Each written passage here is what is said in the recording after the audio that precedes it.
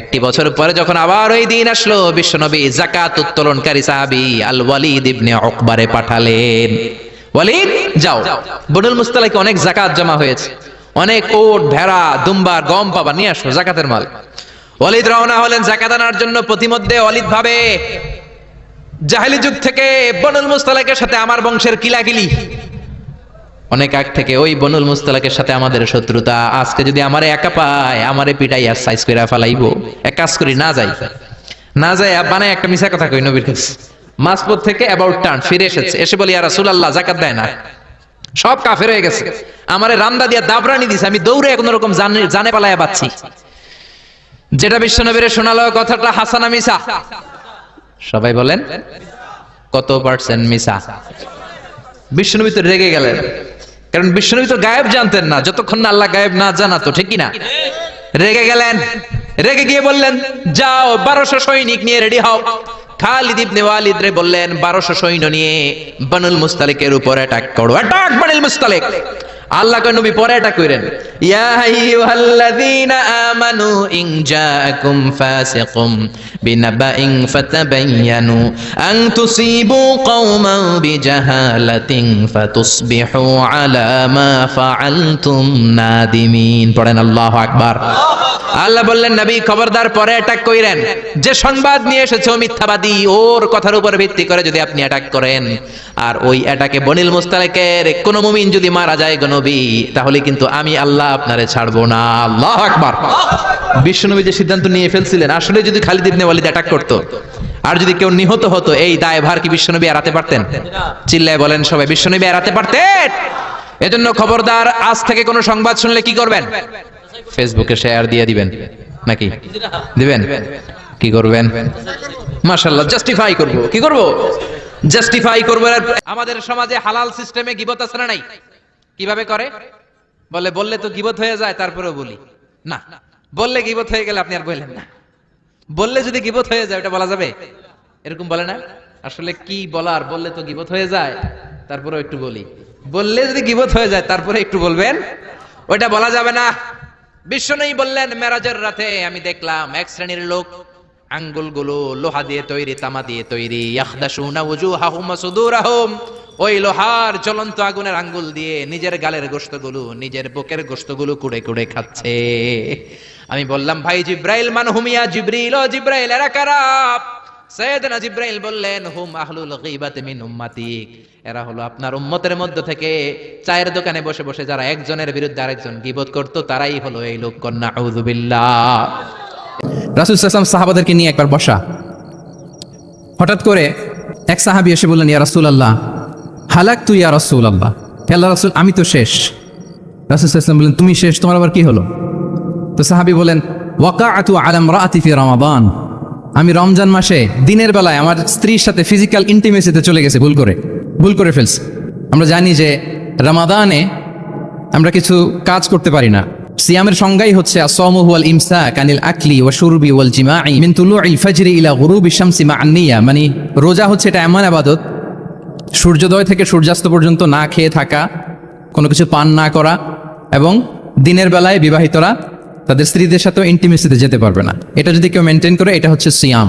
তো সাহাবী বলে ইয়া রাসূলুল্লাহ আমি তো শেষ, আমি তো দিনের বেলা ভুল করে ফেলছি, আমি তো আমার স্ত্রীর সাথে মেলামেশা করে ফেলছি, এখন কি করব? তো এটার আবার একটা বড় পেনাল্টি আছে, আপনারা যারা জানেন যে ইচ্ছাকৃত রোজা ভাঙলে কাজাও করতে হয়, কাফারাও দিতে হয়। কাজা মানে একটা রোজার জন্য একটা রোজা, আর কাফারা মানে হচ্ছে আরো 60টা রোজা রাখতে হবে। কয়েকটা জিনিস আছে, বেসিক্যালি 3টা। তো রাসূল সাল্লাল্লাহু আলাইহি ওয়াসাল্লাম তাকে বললো যে তোমার তো পেনাল্টি হয়েছে, তুমি তো বড় ভুল করে ফেলছো, তো তোমার কাছে কি এরকম কোনো দাস আছে যেটাকে তুমি আজাদ করে দিতে পারবা, মুক্ত করে দিতে পারবা, তাহলে পেনাল্টি আদায় হয়ে গেল। সে বলে ইয়া রাসূলুল্লাহ না, আমার তো এত সক্ষমতা নাই, আমার কাছে তো কোনো দাস নাই। আচ্ছা দাস নাই, তো রাসূল সাল্লাল্লাহু আলাইহি ওয়াসাল্লাম বললেন তাইলে তুমি টানা 2 মাস রোজা রাখতে হবে, তাইলেও পেনাল্টি হয়ে যাবে, আদায় হয়ে যাবে, পারবা? সে বলে ইয়া রাসূলুল্লাহ 2 মাস রোজা রাখা তো এটা কঠিন হয়ে যায়, ইটস নট এ জোক, টানা 60 দিন কি করে রোজা রাখ? তো রাসূল সাল্লাল্লাহু আলাইহি ওয়াসাল্লাম বললেন এটাও পারবো না, তাহলে 60 জন মিসকিনকে খাবার খাইয়ে দিতে হবে এজ এ পেনাল্টি। এটা বড় অন্যায় করে ফেলছো, 60 জন মিসকিনকে খাবার খাওয়াবে, এটা পারবা? সে বলে ইয়া রাসূলুল্লাহ এটাও পারবো না। তাহলে কয়টা অপশন দিয়েছিলেন রাসূল সাল্লাল্লাহু আলাইহি ওয়াসাল্লাম? আওয়াজ করে বলেন তো কয়টা? একটাও উনি পারবে না। দাসও আজাদ করতে পারবে না, 2 মাস রোজাও রাখতে পারবে না, 60 জনকে খাওয়াতেও পারবে না। তো রাসূল সাল্লাল্লাহু আলাইহি ওয়াসাল্লাম বলেন কিছুই যখন পারবে না, কি আর করা, যাও একটু অপেক্ষা করো, দেখি কি করা যায় তোমাকে নিয়ে। তো রাসূল সাল্লাল্লাহু আলাইহি ওয়াসাল্লাম অন্যান্যদের প্রশ্নের উত্তর দিচ্ছিলেন, সময় যাচ্ছে হঠাৎ করে রাসূল সাল্লাল্লাহু আলাইহি ওয়াসাল্লামের দরবারে এক ঝুড়ি সাদাকার খেজুর আসলো, এক ঝুড়ি। তো সাদাকার এক ঝুড়ি খেজুর দেখে রাসূল সাল্লাল্লাহু আলাইহি ওয়াসাল্লাম বললেন, ওই ব্যক্তিকে ডাকো যার কিছু নাই, কিছুই করতে পারবে না। ডেকে আনা হলো। রাসূল সাল্লাল্লাহু আলাইহি ওয়াসাল্লাম বললেন, যাও, তুমি তো কিছুই করতে পারবে না, এই এক ঝুড়ি চ্যারিটির খেজুর, সাদাকার খেজুর তুমি গরিবদের মাঝে বিতরণ করে দাও, তাসাদ্দাক বিহা, এটা বিতরণ করে দাও, তাইলে আশা করি আল্লাহ তোমাকে মাফ করবে। তো এই সাহাবী বলে, ইয়া রাসূলুল্লাহ আলা আফকারা মিন্না ইয়া রাসূলুল্লাহ, আমার অফিস করতেছেন, আপনার বন্ধু এসে বলল, ও দোস্ত, তুমি অফিসে বসে আছো, দেখলাম তোমার বউরে ভাবিরে দেখলাম আরেক বেটার লগে বাজারে টাঙ্কি মারে। আপনার বন্ধু এসে বলল, শুই না আপনি বিশ্বাস করে ফেলছেন, বাড়িতে গেছেন, অফিস শেষে বাড়িতে গিয়ে কোনো কথা নাই, মাথার চুলে ধইরা কোনি আছে না নাই, বউরে কিলাইতে শুরু করলেন। হতে পারে এই কিলাকিলির কারণে ফ্যামিলিটা ভেঙে যাবে, হতে পারে আপনার বন্ধু আপনারে মিথ্যা বলেছে, হতে পারে না, অথবা যারা দেখেছে সে আপনার বিবি নয়, আপনার বিবি যেই রঙের কাপড় পরে ওই রঙের কাপড় পরা আরেক মহিলাকে দেখেছে, ঠিক কি না? হতে পারে কি পারে না? এজন্য খবরদার, শুনে বিশ্বাস করবেন না। আজকে থেকে প্রতিজ্ঞা করেন, সূরাতুল হুজরাতের আলোকে কোনো কথা শুনেই আমরা বিশ্বাস করব না, আগে যাচাই করব। কি করবেন? এজন্য খবরদার, একটা কথা শুনলেই বিশ্বাস করবেন না। ফাতাবায়ানু, তাফসিরে এসেছে ফাতাসাব্বাতু, be sure, make sure, be confirm. আগে নিশ্চিত হয়ে নেন, verify the news, justify the report. Report একটা পেলেন, সংবাদ একটা পেলেন, হাজারো সংবাদ আছে না নাই সমাজের ভেতরে। সাইয়েদনা ওমর ফারুক রাদিয়াল্লাহু তাআলা আনহু তিনি বলতেন, নাহনু কওমুন আ'আজ্জানাল্লাহু বিল ইসলাম, আমরা তো এমন জাতি যে জাতিকে আল্লাহ তাআলা ইসলাম দিয়ে সম্মানিত করেছেন। আমরা তো এমন জাতি যে জাতিকে আল্লাহ ইসলাম দিয়ে মর্যাদা দিয়েছেন। ফাইন ইবতাগাইনাল ইজ্জাতা বিগাইরিহি আদাল্লানাল্লাহ, ইসলাম ছাড়া অন্য কোথাও যদি আমরা সম্মান তালাশ করি, স্ট্যাটাস, ডিগনিটি, মর্যাদা তালাশ করি, তাহলে আল্লাহ তাআলা আমাদেরকে অপমানিত করে ছাড়বেন। আমরা আল্লাহর দরবারে শুকরিয়া আদায় করছি যে আল্লাহ তাআলা আমাদেরকে ইসলাম দিয়ে ধন্য করেছেন। উই আর ব্লেসড উইথ ইসলাম, ঠিক কিনা বলেন? ইসলাম পেয়ে আমরা ধন্য, আলহামদুলিল্লাহ। এবং মজার ব্যাপার হচ্ছে, আমাদেরকে ইসলামকে খুঁজে বের করতে হয়নি। অনেক নন মুসলিমদের স্টোরি আপনারা শুনবেন যে তারা নিজের সাথে নিজে যুদ্ধ করে, বোঝাপড়া করে, নিজেকে কনভিন্স করে তারপরে ইসলাম ধর্ম গ্রহণ করেছেন, রিভার্টেড মুসলিম, কনভার্টেড মুসলিম। কিন্তু তার বিপরীতে আমরা বাই বর্ন মুসলিম হিসেবে এই পৃথিবীতে এসেছি, আলহামদুলিল্লাহ। উই আর ব্লেসড উইথ ইসলাম। আমরা সবাই জানি যে ইসলাম শব্দের অর্থ হচ্ছে টু সারেন্ডার, কমপ্লিট সাবমিশন, আল্লাহ তাআলার আদেশের সামনে সারেন্ডার করা, নিজেকে ফুললি আল্লাহর কাছে সাবমিসিভ ওয়েতে প্রেজেন্ট করা, এটাই হচ্ছে ইসলাম। আল্লাহর আদেশের সামনে, আল্লাহর ইচ্ছার সামনে নিজেকে পেশ করা, কোনো যদি কিন্তু তবে ছাড়া। আই রিপিট, আমি আবারও বলছি, কোনো যদি কিন্তু তবে ছাড়া আল্লাহর আদেশের সামনে, আল্লাহর ইচ্ছার সামনে নিজেকে উজাড় করে দেওয়ার নাম হচ্ছে ইসলাম। আল্লাহর ইচ্ছার সামনে, আদেশের সামনে নিজেকে উজাড় করে দেওয়ার নাম কি? ইসলাম। ইসলামই হচ্ছে আমাদের আইডেন্টিটি, আমাদের আত্মপরিচয়, এবং আমাদের সম্মান আল্লাহ রেখেছেন ইসলামে। তাহলে নিজেকে আমরা এমনভাবে আল্লাহর কাছে প্রেজেন্ট করতে হবে, উপস্থাপন করতে হবে, এখানে কোনো যদি কিন্তু তবে কন্ডিশন থাকবে না। আল্লাহ আদেশ করেছেন তো মেনে নিয়েছি। নিজেকে উজাড় করে সঁপে দেয়া, ঠিক যেমনি সাইয়েদনা ইব্রাহিম আলাইহিস সালাম নিজেকে সঁপে দিয়েছিলেন। আল্লাহ তাআলা বলছেন, ওয়া ইয ক্বালা লাহু রাব্বুহু আসলিম ক্বালা আসলামতু লিরাব্বিল আলামিন।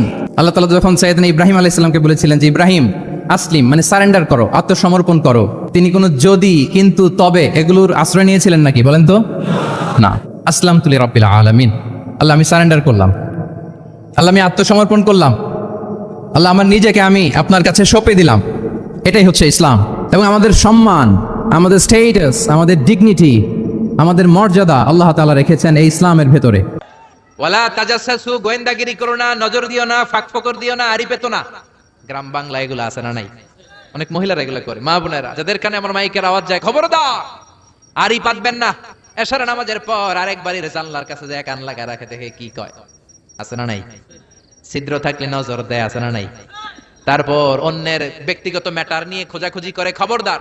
প্রত্যেকের একটা প্রাইভেট জগৎ আছে, পার্সোনাল স্পেস আছে। Everyone has a personal space and no one should interfere someone's personal issue.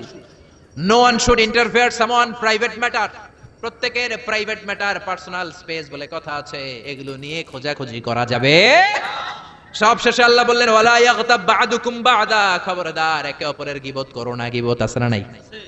হুজুর বলেন, খেজুর বলেন, সবার এই রোগ আছে না নাই? খবরদার গীবত করা যাবে।